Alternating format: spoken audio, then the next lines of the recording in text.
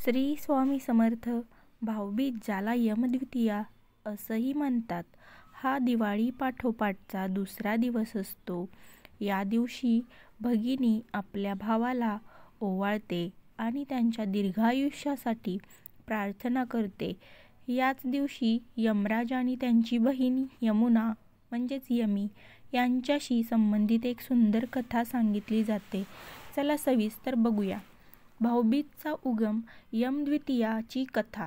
पुराणानुसार सूर्यदेव आणि छाया देवीचे 2 पुत्र होते. यमराज मृत्यूदेवता आणि यमुना यमी पवित्र नदी. यमराज अत्यंत कार्यनिष्ठ असल्यामुळे नेहमी आपल्या कर्मात व्यस्त असत. त्याला आपल्या बहिणीकडे जाण्याची वेळ मिळत नसे. पण यमुना मात्र आपल्या भावाची मनापासून वाट पाहत असे आणि ती रोज त्यांच्यासाठी भोजन तयार करत असे. एका दिवशी कार्तिक शुद्ध द्वितीया या तिथीला यमराज आपल्या बहिणीकडे भेटायला गेले. यमुना अतिशय आनंदाने त्यांचे स्वागत केले, त्यांना स्नान घातले, स्वादिष्ट भोजन दिले आणि त्यांच्या कपाळावर ओवाळणी केली. तर भावाच्या भेटीने प्रसन्न झालेल्या यमराजाने आपल्या बहिणीला वर मागण्यास सांगितले.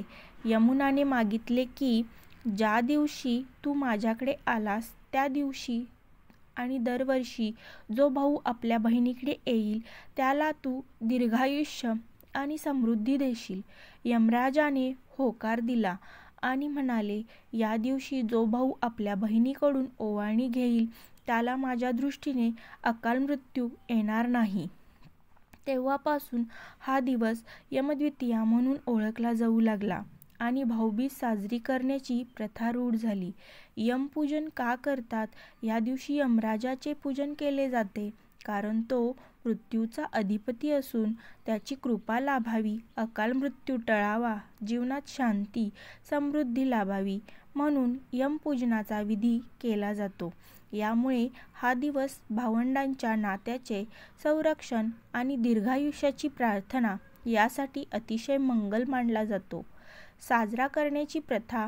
बहीण भावाला ओवाळणी करते, भोजन वाढते, तिळगुळ, पुरी, लाडू देते. भाऊ तिला वस्त्र, अलंकार, भेटवस्तू देतो. दोघेही परस्परांच्या आरोग्य आणि कल्याणासाठी शुभेच्छा देतात.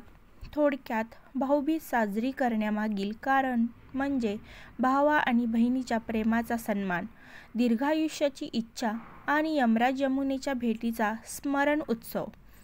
हवे असल्यास यमद्वितीया पूजनविधी, मंत्र आणि ओवाळणीचा श्लोकही सांगू शकतो. हवे का? तर मी पुढे तुम्हाला यमद्वितीया पूजनविधी, भाऊबीज विधी, आवश्यक साहित्य, यमराजांचे प्रतीक किंवा काळा दगड, काळ्या तांब्या चित्र, पाण्याने भरलेले तांब्याचे पात्र, तांदूळ, फुले, अक्षता, दिवा, नैवेद्य आणि नैवेद्याचे अन्न म्हणजेच थोडक्यात पुरी, लाडू, पायसम, भाऊसाठी आरती, थाळी, तांदूळ, फुले, ओवाळणीचा दिवा, ओवाळणीचे तांदूळ, फुलं, मिठाई. त्यानंतर यमपूजन विधी. पूर्व दिशेला तोंड करून बसावे. एका पात्रात पाणी ठेवून त्यावर काळा दगड किंवा यमराजाचे प्रतीक ठेवावे. ओम यमाय नमः म्हणत अर्घ्य द्यावे. यमराजाला फुले, अक्षता, दिवा, नैवेद्य अर्पण करावे. खालील मंत्र म्हटल्याने यमाची कृपा लाभते.